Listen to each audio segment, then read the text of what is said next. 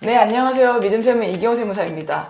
지난 시간에 세액감면 전부와 세액공제 중 일부를 설명을 드렸고요. 이번에는 이제 특별세액공제부터 설명을 드리겠습니다. 네, 마찬가지입니다. 제가 설명을 다 한 다음에 맨 뒤에 요약분을 띄울 거예요. 요약분 먼저 보시고 해당이 되시는 분은 앞에 와서 제 강의를 들으시면 됩니다. 특별세액공제입니다. 네, 세액공제 중 종류가 가장 많죠? 예. 우선 보험료 공제가 있고요. 의료비 공제가 있고요. 또 교육비 공제가 있고요. 기부금 공제가 있습니다. 얘들을 묶어서 특별세액공제라고 하는데요. 왜 그러냐면 이유가 있습니다. 바로 이 특별세액공제랑 그리고 특별소득공제 그리고 월세세액공제를 합해서 만약에 얘네의 세액공제 금액이 13만 원이 안 되면 우리는 표준세액공제라는 13만 원이당 세액공제를 해주게 돼 있습니다. 그래서 이 공식 때문에 묶기 위해서 특별세액공제라는 걸로 이 네 가지 세액공제를 묶은 겁니다. 그리고 참고로 여기서 제가 말씀드린 특별소득공제는요, 네, 건강보험료 등 소득공제랑 그리고 주택자금공제를 말합니다.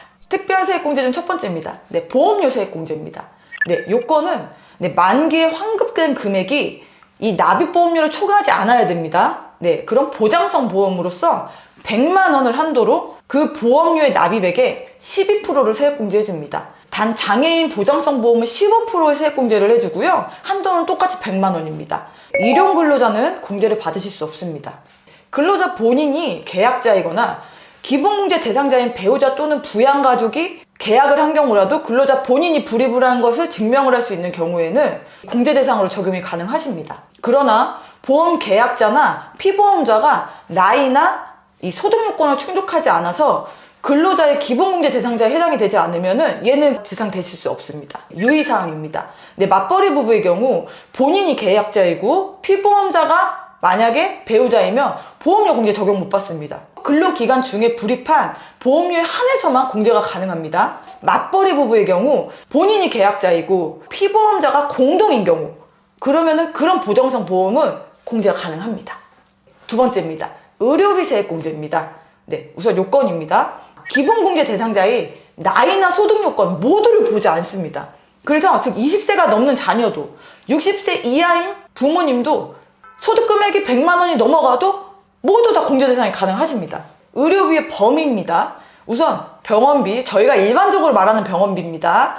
그리고 장애인 보장구에 대한 구입 비용 같은 거, 그리고 의사 처방에 따른 의료기기 구입 비용 같은 것들, 그리고 시력 보정용 안경이나 콘택트 렌즈를 연 50만 원 한도 내에 구입한 비용, 그리고 보청기, 그리고 산후조리원, 출산당 200만 원 이내의 금액은 이 의료비 공제 대상 금액에 포함이 됩니다. 세액공제 금액입니다. 네, 먼저 총급여의 3%를 초과한 금액만이 의료비 세액공제를 적용받으실 수 있습니다. 우선 일반 의료비는요, 한도가 있어요. 700만 원입니다. 700만 원을 한도로 15% 공제를 해주고요. 그리고 본인, 6세 이하, 65세 이상, 그리고 장애인은 한도가 없이 15%를 공제해줍니다. 그리고 미숙아나 선천성 이상아는 한도가 없이 20%, 그리고 난임 시술비는 한도가 없이 30%가 공제가 됩니다. 유의사항입니다. 네, 맞벌이 부부의 경우는 자녀의 의료비는 자녀에 대한 기본공제를 받으시지 않으면 공제가 안 됩니다. 자녀만입니다. 예. 그리고 신용카드 소득공제랑 중복 적용이 가능합니다. 그리고 실손보험으로 의료비를 충당받으실 경우에는 그 실손보험비는 그 의료비에서 차감이 됩니다. 그리고 맞벌이 부부도 상대방을 의료비 공제 대상에 넣으실 수 있습니다. 세 번째, 교육비 공제입니다. 요건입니다. 직계 존속과 기초생활 대상자 수급자를 제외한 기본공제 대상자의 나이와 상관없이, 하지만 소득 요건은 있습니다. 예, 교육비를 지급한 경우 그 금액에서 15%를 세액공제해 줍니다.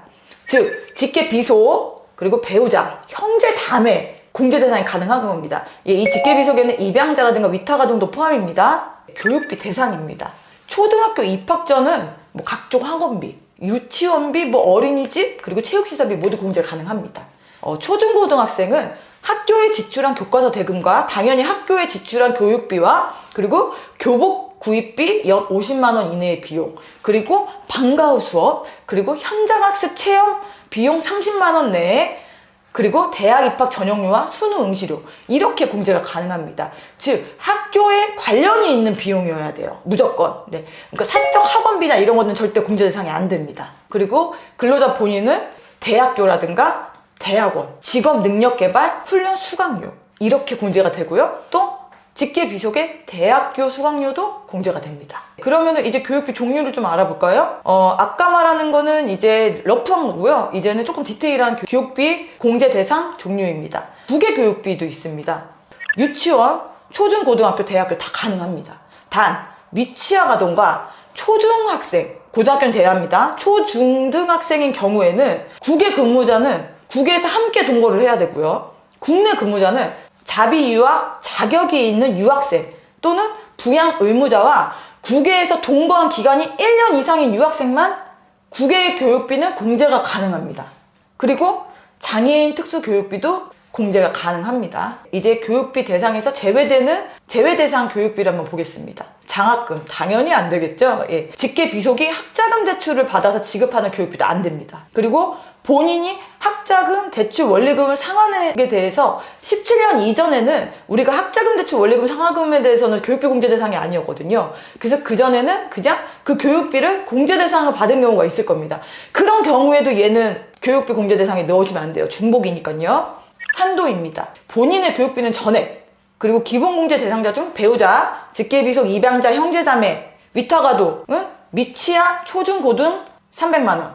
그 외에 대학교는 900만 원까지 공제가 됩니다. 장애인 교육비도 본인과 마찬가지로 전액 공제 대상입니다. 네, 세액공제액입니다. 네, 교육비 15%입니다. 주의사항입니다. 학습지, 통학버스, 그 재료값, 네, 논문 심사자료, 그거 심사료, 그리고 기숙사비는 공제 안 됩니다. 근로기간 중에 지출한 교육비만 공제가 가능합니다. 그리고 근로자 본인이 대학교 입학 전에 교육비를 납부했어도 대학원을 입학한 후에야 공제가 가능하니까 이 점도 명심해 주십시오. 왜냐하면 환불을 받으실 수도 있잖아요. 네, 네 번째. 예, 기부금세액 공제입니다. 얘도 참 종류가 광범위하고 많이 해당이 되죠. 우선 기부금 공제는 범위나 이런 부분들이 너무 광범위해요. 예, 특히 얘가 기부 그 대상 공제 업체인지 뭐 여부를 따지기에는 너무 많습니다. 제가 다 설명을 드릴 수가 없어요. 그래서 제가 한 가지 노하우를 말씀을 드리면요. 우선 내가 기부를 하기 전에 그 기부 단체에 문의를 하십시오. 혹시 니네가 기부금 공제 대상인 업체냐? 그리고 만약에 선기부가 행해졌을 경우에는 기부금 영수증을 받을 거잖아요. 그럼 거기 내가 어떤 뭐 법인세법이나 뭐 소득세법 몇 조 몇 항에 해당하는 기부금 단체라고 써 있습니다. 그걸 보시고 판단을 하시면 돼요. 그리고 간소화 자료에 나와 있는 경우에는 뭐 당연히 너무 편하게 나와 있으니까 그대로 적용하시면 되고요. 네, 첫 번째 공제 대상입니다. 거주자 본인의 기본공제 대상자 중 나이 요건은 보지 않습니다. 예, 소득 요건만 적용되는 그분들에 대한 기부금도 공제가 가능합니다. 단, 정치, 그리고 고향사랑, 그리고 우리사주 조합에 기부하는 것들은 본인 명의만 가능하니까 이 점도 꼭 유의해 주십시오. 그러면은 기부금을 종류별로 하나씩 설명을 드리겠습니다. 네, 정치자금 기부금입니다. 정치자금법에 따라 정당에 기부를 한 경우 10만 원 이하는 정치자금의 110분의 100을, 그리고 10만 원을 초과하는 경우에는 10만 원 이하는 동일하고요. 초과분에 대해서는 15% 세액공제를 해줍니다. 단 3천만 원이 초과되는 경우에는 그 초과분은 25% 세액공제가 됩니다. 정치자금 기부금은요, 한도가 근로소득 금액의 100%입니다. 그리고 아까 말씀드렸다시피 본인 명의만 가능합니다. 그리고 신용카드로 기부를 할 경우에는요, 중복 적용되지 않습니다. 그래서 신용카드로 만약에 기부금을 할 경우에는 신용카드는 소득금액에서 빼주셔야 됩니다. 네, 그리고 또 특이한 게 아까 전에 제가 특별세액공제가 왜 특별세액공제인지 말씀을 드렸잖아요. 표준세액공제와 비교를 해서 13만 원 여부를 판단하는 건데 이 판단 여부에 정치자금 기부금은 해당되지 않습니다. 그래서 표준세액공제랑 중복 적용이 가능합니다. 그리고 정치자금 기부금은 2월 공제 안 됩니다. 해당 가세년도에 공제 못 받으시면 소멸되니까 그 점도 유의해 주십시오. 네, 다음은 고향사랑 기부금입니다. 거주자가 고향사랑 기부금에 대한 법률에 따라 고향사랑 기부금을 지방자치단체에 기부한 경우에는 연 500만 원을 한도로 세액공제를 해주는데요. 세액공제액은 정치기부금이랑 똑같습니다. 된 500만 원 한도니까 뭐 3천만 원 초과분은 당연히 없겠죠. 그리고 고향사랑 기부금은 한도가 근로소득 금액에서 정치기부금을 뺀 금액의 100%를 한도로 고향사랑 기부금의 공제가 가능합니다. 네, 이번에는 특례기부금입니다. 얘는 아까 말씀드렸다시피 너무 종류가 많아서 그냥 기부금 영수증을 참고하시거나 아니면 기부 전에 단체에 문의를 하셔서 특례기부금 단체인지 여부를 판단해 주시면 되고요. 세액공제는 1,000만 원 이하는 15%, 3,000만 원 이하는 30%, 3,000만 원 초과는 40%의 세액공제를 해줍니다.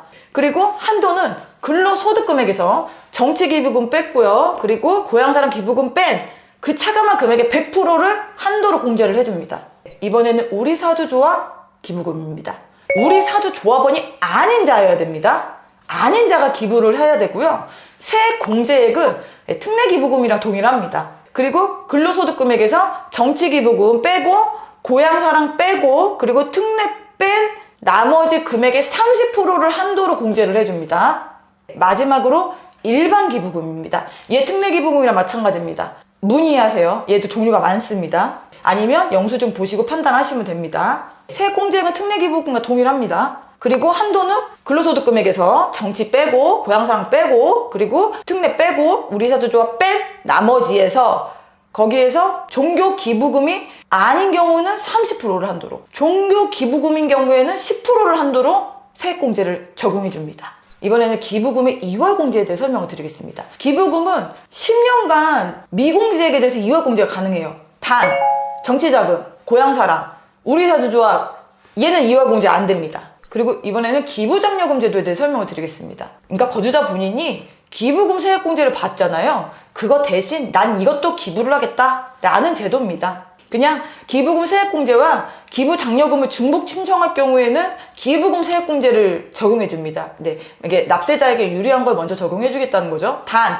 기부장려금을 신청한 기부자가 기부장려금 신청 명세 제출 기간 이후 기부금 세액공제를 신청하는 경우에는 얘는 기부장려금 제도를 먼저 적용하게 됩니다. 지금까지 특별세액공제에 대해 설명을 드렸습니다. 네, 이제 남은 건요. 납세조합공제 세액공제, 그리고 주택차입금 세액공제, 외국납부 세액공제, 그리고 월세 세액공제입니다. 네, 여기서 이제 나머지는 안 중요하고 한 가지 외국납부 세액공제는 제가 전 시간에 한번 간단하게 설명드렸고요. 이 월세 세액공제가 중요하기 때문에 이 월세 세액공제에 대해서만 설명을 드리겠습니다. 요건입니다. 과세기간 종료일 현재 무주택자인 세대주이거나 세대의 구성원으로 총 급여액이 8,000만 원 이하여야 됩니다. 그리고 국민주택 규모 이하이면서 기준 시가가 4억 이하인 주택에 대한 임차금에 대해서 세액공제를 해줍니다. 월세액은 1,000만 원이 한도고요. 월세 공제는 그 금액의 15%입니다. 단, 총 급여가 5,500만 원 이하인 자에게는 17%의 공제를 해줍니다. 그리고 만약에 세대주가 아닌 세대의 구성원이 이 월세세액 공제를 받으시려면요. 이 세대주는 주택과 관련된 모든 소득공제, 세액공제는 적용받으실 수 없습니다. 그리고 외국인도 이제는 월세공제를 적용받으실 수 있습니다. 네, 이 점도 개정된 거니까 참고해주세요. 전입신고 필수입니다. 네, 그리고 전입신고 기간 내에만 지급된 금액만이 공제 대상입니다. 근로소득이 있는 거주자가 동료와 함께 공동명의로 거주를 하는 경우에 세대주인 거주자가 월수세액공제를 받으면요. 세대원인 동료는 받으실 수 없습니다. 다만 별개의 세대로 실제 월세를 부담한 사실을 입증할 경우에는요. 세액공제 가능합니다. 학교 기숙사는 주택법상 주택이 아니기 때문에 공제 대상 제외입니다. 무주택 요건은 당연히 세대 전체가 무주택이어야 됩니다. 이제 연말정산에 대한 모든 이제 설명이 다 끝났습니다. 이제 마무리 짓기 전에 몇 개 좀 더 설명을 드리면요. 이 홈택스에서 맞벌이 근로자 절세 안내 서비스라는 게 있습니다. 이거 이용하면요. 부양가족이 있는 이 맞벌이 부부의 경우 어느 쪽에 부양가족을 넣는 게 더 유리한지를 간단하게 바로 계산을 해줍니다. 그래서 얘를 한번 서비스를 받으신 다음에 근로자는 세부담이 최소화되는 부양가족의 선택 안내를 받으셔서 그대로 연말정산에 적용을 하시면 됩니다. 다음은 외국인 근로자의 단일 세율 신청입니다. 외국인 근로자는 일반 내국인 거주자와 마찬가지로 연말정산을 공제로 받을 수도 있고요. 또는 연말정산이 아닌 단일 세율을 신청할 경우 그 단일 세율로 적용을 해서 과세 종교를 받으실 수가 있습니다. 이 단일 세율은 19%이고요. 이 19%로 과세가 종결될 수 있습니다. 외국인은 우선 세대주가 될 수 없다고 합니다. 그렇기 때문에 세대주가 적용받는 이 연말정산에 관련된 혜택은 적용 못 받으세요. 근데 우리가 세대주가 원칙적으로 적용을 받아야 되지만 세대원도 가능한 것들 있죠. 걔들은 공제 가능합니다. 그래서 공제가 진짜 안 되는 건요. 딱 하나밖에 없어요. 이 주택마련저축입니다. 얘는 외국인 절대 안 된다고 생각하시면 돼요. 그 외에는 모두 외국인과 내국인 똑같습니다.